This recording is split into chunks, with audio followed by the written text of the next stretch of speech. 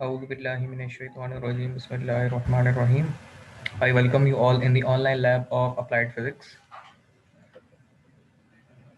Today we are discussing about the characteristics of thermistor, and if you have any query regarding the previous lab or session, feel free to discuss. I will answer your question, your queries. If you have any kind of query, please raise your query.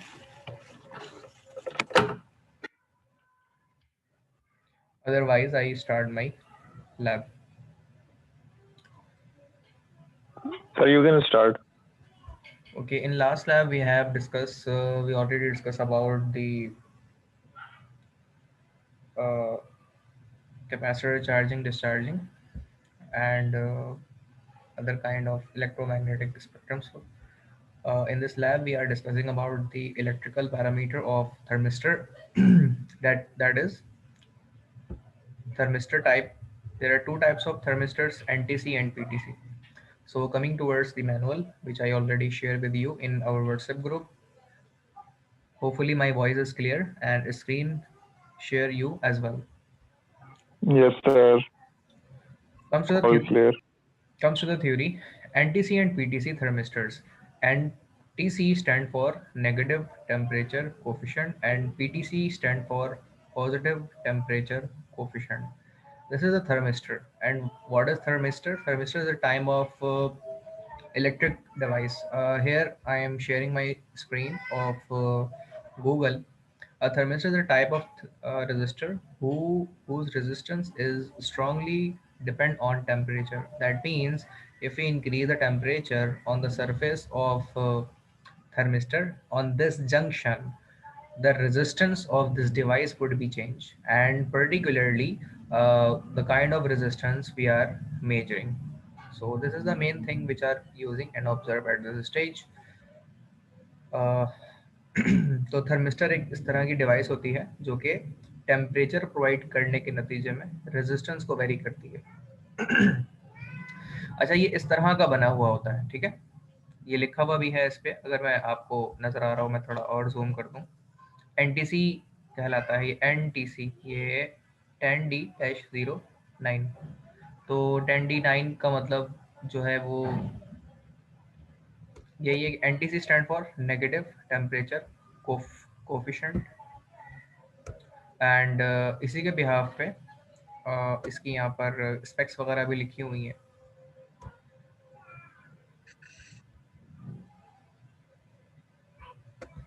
अच्छा जी, thermistor की जो types हैं वो different level की होती हैं। इसके substrate base होते हैं और इस तरह के ये बना हुआ होता है। इसकी जो फर्दर डिटेल है वो हम लैब मैनुअल की तरफ आते हैं और उसको डिस्कस करते हैं।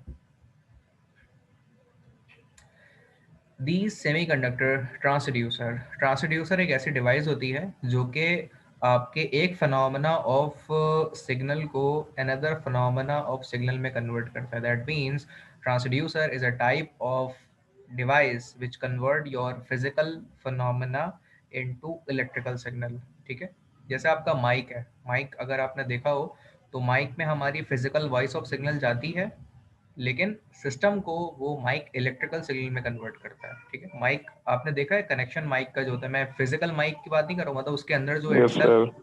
माइक लगा हुआ होता है, अगर उसके एंड पे देखें 2 या 3 तारें निकली हुई होती हैं जो डायरेक्टली उसके एम्पलीफायर तक जाती हैं। तो माइक एक ट्रांसड्यूसर है, इनपुट ट्रांसड्यूसर, जो हमारी फिजिकल सिग्नल को कन्वर्ट करता है इलेक्ट्रिकल सिग्नल में। क्योंकि अगर माइक के एंड पर देखें, स्टार्टिंग में उसके एक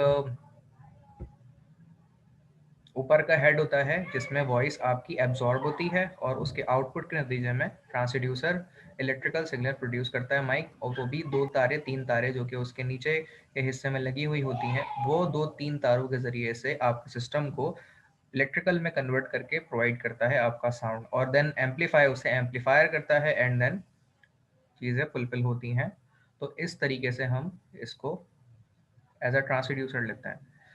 कम्स टू दैट, यहाँ पे एक जिक्र ट्रांसड्यूसर का आया था, इस बिहाफ में मैंने ट्रांसड्यूसर के हवाले से आपको बताया। The semiconductor transducer.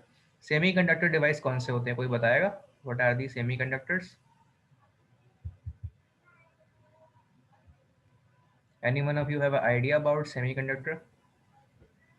सर जिसमें से मतलब सर करंट पास हो भी सकता है और नहीं भी हो सकता, मतलब रुकावट भी होती कंडीशंस है। होती हैं सर, क्या होती हैं? कंडीशंस पे होती हैं सर कि कभी वो पास करता है करंट और कभी नहीं करता। अच्छा, मतलब आप दोनों एक ही बात कर रहे हैं। अच्छा, सेमीकंडक्टर का मतलब ये होता है कि वो दो सब्सटेंस से मिलके बनता है। अगर आपने सेमीकंडक्टर को देखा तो इसकी जो मैन्युफैक्चरिंग होती है, इसकी जो ये किस तरीके से बिल्ड किया जाता है, तो इसकी टेक्निक होती है डोपिंग की। By the technique of doping we are making semiconductors. Semiconductor और सेमीकंडक्टर ये दो प्रोनाउंसिएशन है इसकी, जिसके जरिए से अदायगी की जाती है इस वर्ड की। तो डोपिंग जो होती है वो दो तरह की होती है, इंट्रिंसिक डोपिंग और एक्सट्रिंसिक डोपिंग। इंट्रिंसिक डोपिंग के नतीजे में पी सब्सटेंसेस बनते हैं और एक्सट्रिंसिक डोपिंग के नतीजे में एन सब्सटेंसेस बनते हैं, यानी पी टाइप सेमीकंडक्टर्स और एन टाइप सेमीकंडक्टर्स। और पी और एन टाइप सेमीकंडक्टर्स को कंबाइन करके हम बनाते हैं पी एन जंक्शन सेमीकंडक्टर या पी एन जंक्शन डायोड। ये तो मैट्रिक इंटर और अब आई थिंक आप लोग दोबारा पढ़ रहे होंगे कि ये basic electrical basic electronics engineering के अंदर भी आई थिंक ये चीज़ पढ़ ली है ना आप लोगों ने। यस सर, फॉरवर्ड वाइज और रिवर्स वाइज जो होते हैं इंजेक्शन। जी, उसके बाद जब आपका पी टाइप और एन टाइप सेमीकंडक्टर बन जाता है और डायोड उससे बनता है, तो ये बनाने के बाद आप इसमें पढ़ते हैं रिवर्स बायसिंग और फॉरवर्ड बायसिंग। ये उसके आगे की टॉपिक है बिल्कुल, लेकिन इससे पहले की साइंस को ज़रूर समझें कि सेमीकंडक्टर्स बनाए कैसे जाते हैं, ठीक है। तो इनके अंदर होल्स बनते हैं और इलेक्ट्रॉन्स बनते हैं, इलेक्ट्रॉन होल का पेयर बनता है, फिर इनके अंदर मोबाइल कैरियर्स होते हैं, फिर उसमें एक कॉन्सेप्ट और होता है इसके अलावा कि आपका कन्वेंशनल करंट, इलेक्ट्रॉनिक करंट। तो ये जो बेसिक चीज़ें आपको फर्स्ट सेमेस्टर में पढ़ाई जा रही हैं, इनको अच्छी तरह समझें और अपनी बेसिक्स को स्ट्रॉन्ग करके आगे चलें, क्योंकि यही वो चीज़ें हैं जो कि आपको आगे लेके जाएगी और आपकी बुनियाद को मजबूत करेगी इंजीनियरिंग के लिए। वरना प्रॉब्लम आपको आगे तक भी रहेगी। इसलिए इन सब चीज़ों पे ध्यान रखिएगा और उनको अच्छी तरह पढ़िएगा। आगे कंटिन्यू करते हैं। सेमीकंडक्टर की और ट्रांसड्यूसर की मैंने डिटेल आपको बता दी है कि ये ऐसी डिवाइस है थर्मिस्टर जो कि सेमीकंडक्टिव मटेरियल से बनती है, ठीक है। तो सेमीकंडक्टर मटेरियल क्या होते हैं? जो दो सब्सटेंसेस को मिला के सब्सटेंस बनाए जाते हैं, उनमें सिलिकॉन, जर्मेनियम या इसके साथ बोरॉन, ग्रेफाइट, इन सबको, जैसे सिलिकॉन और जर्मेनियम ये दो सब्सटेंसेस हैं जो कि डोपिंग के लिए इस्तेमाल किए जाते हैं। अब ये आपके ऊपर डिपेंड करता है कि आप सिलिकॉन को इस्तेमाल करते हैं या जर्मेनियम को। तो आपको कोई जवाब देगा इसका, सिलिकॉन सेमीकंडक्टर के लिए बेहतर होता है या जर्मेनियम? Sir silicon. सिलिकॉन बेहतर होता है। तो इसकी मज़ीद डिटेल में मैं नहीं जाऊंगा, लेकिन जवाब इसका यही है कि सिलिकॉन अगर आप लेते हैं तो फिर डिपेंड करता है कि सिलिकॉन से आप मिक्सिंग किसके कर रहे हैं। तो सिलिकॉन से आप बोरोन को मिक्स करते हुए या डोप करते हुए आप सब्सटेंस बना रहे हैं पी या एन, या फिर आप सिलिकॉन को डोप करते हुए मिक्स करते हुए आप सब्सटेंस बना रहे हैं एन टाइप या पी टाइप, ठीक है। तो सिलिकॉन की डोपिंग होती है बोरोन, और सिलिकॉन की डोपिंग होती है आपकी मुख्तलिफ तरह के स्ट्रॉन्शियम, मैग्नीशियम, अलग अलग किस्म के। तो उससे मुख्तलिफ तरह के सेमीकंडक्टर प्रोड्यूस होते हैं। तो उसी टेक्निक को इस्तेमाल करते हुए थर्मिस्टर बनाया जाता है, ठीक है। तो उस और इसी से ही ये एक ट्रांसड्यूसर है। ट्रांसड्यूसर सेमीकंडक्टर कैसे है, जिस तरह अभी मैंने इसकी साइंस आपको समझाई कि ये एक ऐसी इलेक्ट्रिकल डिवाइस है जो कि हम टेम्परेचर प्रोवाइड करते हैं इसके जंक्शन पे। ये देखें, यहाँ इसके जंक्शन पे टेम्परेचर प्रोवाइड करेंगे। जैसे मिसाल के तौर पे मैंने ना इसको किसी चिमटे से पकड़ के चूल्हे के सामने रख दिया, ठीक है, बिल्कुल डाल नहीं देंगे, करीब करना है मतलब। तो इसको ले जाकर अगर मैं कहीं टेम्परेचर वाले इन्वायरमेंट में रखता हूँ, तो इसके एंड पर ना ये जो दो डिवाइसेस हैं, इससे रेजिस्टेंस प्रोड्यूस होगी या रेजिस्टेंस की तब्दील होगी। तो रेजिस्टेंस एक इलेक्ट्रिकल फिनोमेना है और यहाँ पे टेम्परेचर देना फिजिकल फिनोमेना है। तो ऐसी डिवाइस जो कि फिजिकल फिनोमेना को इलेक्ट्रिकल सिग्नल में कन्वर्ट करती है, उसे ट्रांसड्यूसर थर्मिस्टर कहा जाता है, सॉरी, ठीक है। यहाँ तक ये कॉन्सेप्ट क्लियर है सब लोगों को? कोई सवाल तो नहीं है किसी का यहाँ तक? अच्छा, ये जो थर्मिस्टर सर आपने बताया है अभी, अगर इसको ज्यादा हीट देते हैं तो ब्लास्ट भी हो जाता है ना सर? ऐसा तो शायद नहीं देखा मैंने, लेकिन मैं क्यों ज़्यादा हीट दूंगा इसको, इसकी रेंजेस होती हैं मुख्तलिफ ना। रेंज ऑफ थर्मिस्टर, तो उसके मुताबिक मैं हीट दूंगा। मैं कोई ऐसा तो नहीं हूँ ना कि अगर मुझे पता है कि इसकी एक रेंज के मुताबिक हीट देनी है तो मैं एक्सेसिव अमाउंट दूंगा, तो ये जल जाएगा, पिघल जाएगा, फटेगा नहीं। मेरे ख्याल में ये फटता नहीं है। नहीं सर, हम बचपन में खेलते थे ना, तो इसको अगर तेज यानी कि हीट देते थे तो ये फट जाता था सर। नहीं, मेरे ख्याल में कोई और चीज़ होगी। थर्मिस्टर ऐसे मार्केट में अवेलेबल नहीं है, या किस में से निकाला आपने? सर ये जैसे सर क्या कहते पंखे हैं, में से रेमोट निकाला होगा इन्होंने। सर, नहीं नहीं, और भी चीजों में। अच्छा, वो यही चीज नहीं होती, अलग चीज है वो सर। जी जी, कैपेसिटर जो लास्ट टाइम मैंने चार्जिंग में आपको दिखाया था, वो एक कैपेसिटर अलग है। ये कैपेसिटर नहीं है, ये थर्मिस्टर है। ठीक है, अच्छा सर। तो इनमें फ़र्क है इसका, और इनकी रेंजेस के मुताबिक ये आते हैं। जैसे अब मैं आपको टाइप ऑफ थर्मिस्टर भी दिखाता चलूँ, तो ये टाइप्स ऑफ थर्मिस्टर हैं। ब्रेड थर्मिस्टर्स हैं, डिस्क थर्मिस्टर हैं इस तरह के, और ग्लास प्रॉप थर्मिस्टर हैं। इनकी मुख्तलिफ रेंजेस भी, हम उस पर भी बात करेंगे। और स्पेशल प्रॉप असेंबली थर्मिस्टर है ये। ठीक है, ये प्रॉप इसकी बनी हुई होती है, यानी एक लंबा सा एक सलाख होती है। जैसे वो बारबेक्यू की आपने करी हुई है ना, घर पे टिक्का बोटी बनाते हैं हम लोग, जिस तरह हम सब बनाते हैं, तो यस उसके सर। उसके उसकी सलाख जिस तरह निकली होती है, तो इसी की भी एक ऐसा रॉड होती है मेटल की, उसके आगे उसका लगा हुआ होता है सेंसर, जिसके जरिए से अपने आउटपुट प्रोड्यूस करता है इन तारों के ऊपर। जी, अब्दुल रहमान साहब हैंड रेस कर रहे हैं, पूछें। सर क्या बोलते हैं, इसकी जब डेफिनेशन पढ़े हैं तो ये कह रहा है कि resistors whose resistance is greatly reduced by heating. तो सर ये डिफाइन कर दीजिएगा। अब मैं उस पे आऊँगा बिल्कुल। इसकी दो फिनोमेना है। मैं असल में इसके पहले साइंस बता रहा था, आपने शायद उसका एनटीसी पढ़ लिया है। इसमें दो फिनोमेना होते हैं। मिसाल के तौर पे मैं जैसे ये थर्मिस्टर है ना, इसके ऊपर टेम्परेचर प्रोवाइड कर रहा हूँ, इसकी रेजिस्टेंस बढ़ रही है। टेम्परेचर ज़्यादा प्रोवाइड कर रहा हूँ, रेजिस्टेंस बढ़ रही है। तो इसका मतलब ये डायरेक्ट प्रोपोर्शन फिनोमेना है, और इस तरह के टाइप ऑफ थर्मिस्टर को कहते हैं पॉजिटिव टेम्परेचर कोफिशिएंट थर्मिस्टर। ठीक है, जिसमें टेम्परेचर बढ़ाऊं और रेजिस्टेंस बढ़े। आप जो बता रहे हैं, अब उसको बताते हैं। मैं जब एक थर्मिस्टर है, मैं इसके ऊपर हीट को बढ़ा रहा हूँ, लेकिन इसकी रेजिस्टेंस कम हो रही है। मैं और बढ़ा रहा हूँ टेम्परेचर, तो इसकी रेजिस्टेंस और कम हो रही है। इसका मतलब ये हुआ कि ये एक ऐसा थर्मिस्टर है जो कि NTC कहलाता है, जिसे कहते हैं नेगेटिव टेम्परेचर कोफिशिएंट। इसका मतलब ये होता है कि अगर मैं इसके सेंसर के ऊपर या इसके सबस्ट्रेट के ऊपर टेम्परेचर बढ़ाता जाऊंगा, तो इसकी रेजिस्टेंस कम होगी। इसे कहेंगे हम नेगेटिव टेम्परेचर कोफिशिएंट। और पॉजिटिव टेम्परेचर कोफिशिएंट क्या होता है, आप बताएं अब्दुल रहमान साहब। यस सर, जब हम क्या बोलते हैं हीट वो करेंगे तो उसमें ना क्या बोलते हैं रेजिस्टेंस इंक्रीज होती है और नेगेटिव में डिक्रीज होती बिल्कुल, तो ये दो टाइप के होते हैं। मैं असल में वो शुरू में मैंने बताया था। असल में पहले क्योंकि NTC PTC जिक्र हो गया था ना, तो मैंने तफसील से सोचा पहले पूरी साइंस बताऊं, फिर NTC PTC और फिर कर्व के ऊपर आऊँगा। तो और कोई सवाल किसी का यहाँ तक है और तो पूछें, और अब्दुल रहमान साहब के अलावा, या अब्दुल रहमान सर साहब को। इसकी जो जी शेप है उसका क्या रोल है इसमें? जो आपने स्टार्टिंग में दिखाया था थर्मिस्टर, उसकी जो शेप, जो ये डिस्क थर्मिस्टर है, जी जी जी। इसकी शेप का क्या रोल है? क्योंकि पहले वाली जो शेप बताई थी उसमें उसकी जो लेग्स थी वो थोड़ी सी कर्व थी, उनमें थोड़ा सा एक सर्कल टाइप का वो दिया हुआ था, वो और इस पर जो जी। नंबर लिखे हुए हैं हम्म 10D9, और ये क्या चीज़ है? ये इसकी टाइप और रेंज, और इसके हिसाब से इसका वो नंबर होता है कि कितनी रेंज रखता है। तो उसको पढ़ने के लिए हम फील्ड में उसको अंदाजा करते हैं। वो फिलहाल नंबर वाला तो अभी मुझे मिल नहीं रहा है, मैं देखता हूँ ज़रा। अच्छा देखिए, फिजिकल फिनोमेना के मुताबिक इसको इंस्टॉल करना होता है। अब देखें, मिसाल के तौर पे मैं एग्जांपल आपको दूं, आपको ना एक कहीं पे एक स्क्रू लगाना है। ठीक है ना, स्क्रू दो तरह के होते हैं, एक तो प्लस होता है और एक माइनस होता है। तो आप प्लस या माइनस स्क्रू क्या देखकर लगाते हैं? है। बोल्ट देख के सर के उसकी शेप क्या है।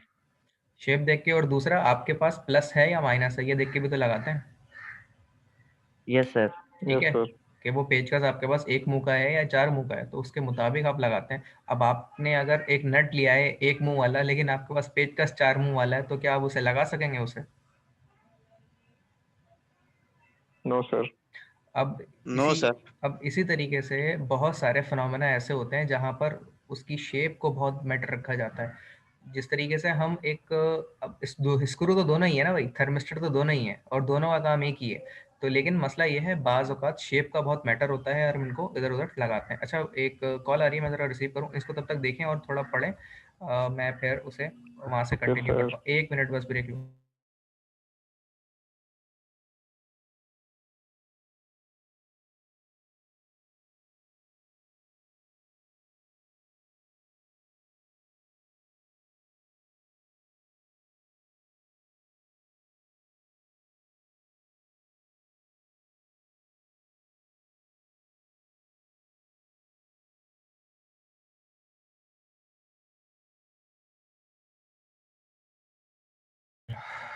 जी जनाब, और मज़ीद कोई सवाल किसी का तो पूछ लीजिए। मैं वो कंटिन्यू करता हूँ। मैं ये बता रहा था आपको कि इनकी शेप के मुताबिक हमें एडजस्ट करना होता है। जिस तरह दोनों स्क्रू का काम एक ही होता है, टाइट करना, लेकिन हमें ये भी देखना पड़ता है कि हमारे पास स्पेस कितना है, हम किस जगह पे इसे इंस्टॉल कर सकते हैं और उसकी रेंज क्या है। मुख्तलिफ रेंज मुख्तलिफ शेप्स के हिसाब से इसलिए ये आते हैं ताकि मुख्तलिफ रिक्वायरमेंट्स के मुताबिक इनको एडजस्ट किया जा सके। उस मकसद के लिए अलग-अलग शेप के आते हैं, ठीक है? तो इसीलिए ये अलग-अलग टाइप, अलग-अलग शेप और अलग-अलग रेंज के होते हैं। तो होपफुली यहाँ तक मेरी बात क्लियर होगी। मज़ीद कोई सवाल तो पूछ लें। अब इसकी मज़ीद चीज़ पे आते हैं हम, जो कि एक होता है ग्लास। ये एक glass base construction of the thermistor होता है। बाज़ औक़ात ग्लास होती है, बाज़ औक़ात ये सबस्ट्रेट कोटिंग होती है।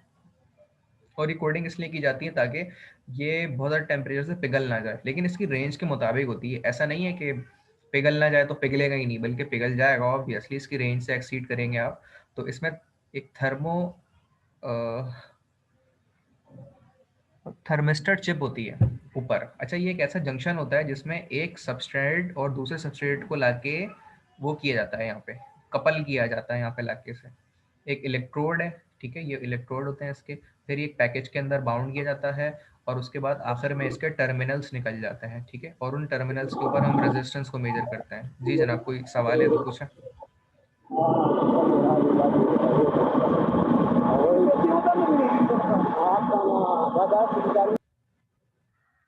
अच्छा जी, और कोई सवाल किसी का है तो पूछें। कोई सवाल अगर नहीं है तो फिर हम आगे चलते हैं और अपनी डिस्कशन को कंटिन्यू करेंगे। कोई सवाल नहीं है किसी का यहाँ पे? No sir.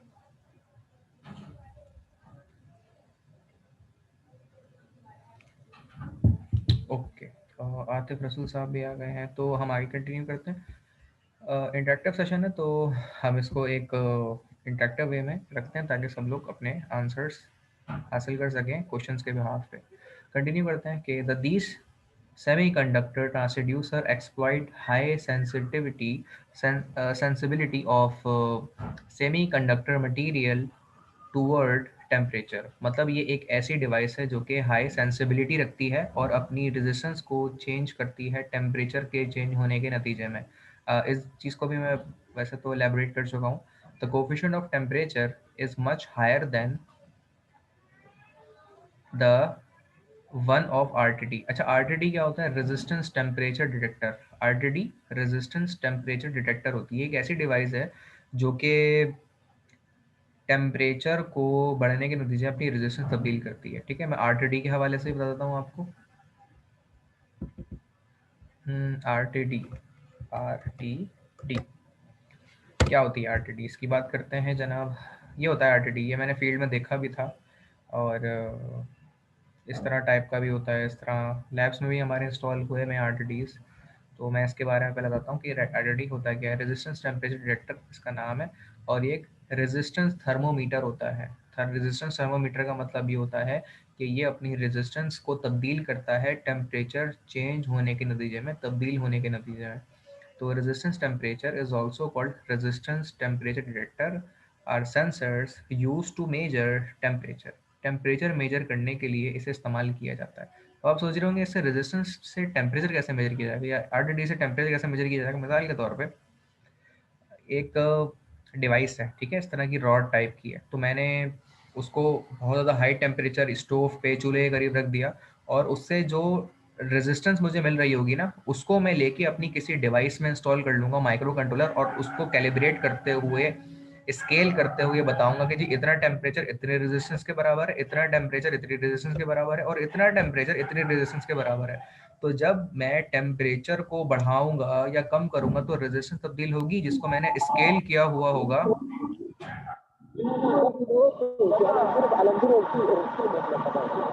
सर शाम का माइक म्यूट कर दे, बहुत शोर आ रहा है।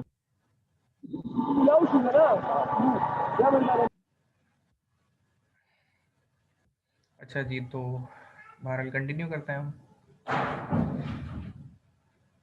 अब इसमें करते ही है कि जनाब मैं ये बता रहा था कि ये एक ऐसी डिवाइस होती है जो कि टेम्परेचर को मेजर करने के लिए इस्तेमाल की जाती है। कि मिसाल के तौर पे मैंने जैसे अभी बताया कि मैं कहीं टेम्परेचर कहीं से मेजर करना चाहता हूँ जिसको मैंने इक्विवेलेंट टू रेजिस्टेंस और वो इक्विवेलेंट टू द लेवल्स रखा हुआ है। तो जब मैं रेजिस्टेंस को अपना वेरी कर रहा हूँ तो इसके नतीजे में मेरे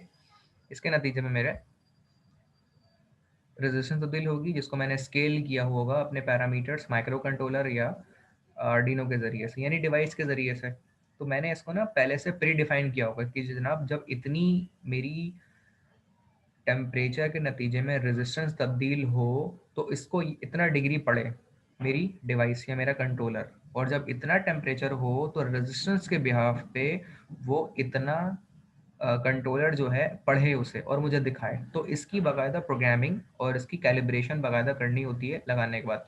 तो फिर ये एक ऐसी डिवाइस है जो टेम्परेचर को, फिजिकल फिनोमेना को मेजर करती है, अपना आउटपुट रेजिस्टेंस के तौर पे प्रोवाइड करती है। उस रेजिस्टेंस को फिर हम देते हैं अपने डिवाइस को, जो हमारी माइक्रो कंट्रोलर है, आर्डिनो है। तो ये बाकायदा पूरे एक साइंस ऑफ द इंजीनियरिंग के पॉइंट ऑफ व्यू से हम सोचें तो टेम्परेचर को मेजर करने के ये तरीके हैं। टेम्परेचर को इससे पहले जो आपने लेबॉर्ट्री वगैरह में मेजर करने को देखा होगा, एक्सपेरिमेंट्स किए होंगे अपने कॉलेज में, स्कूल वगैरह के लाइफ में, कोचिंग्स वगैरह में, तो उसमें वहाँ पे आपने देखा होगा कि हमें या अभी भी कोई बीमार होता है तो दो तरह से थर्मामीटर होते हैं जो हम इस्तेमाल करते हैं। Clinical thermometer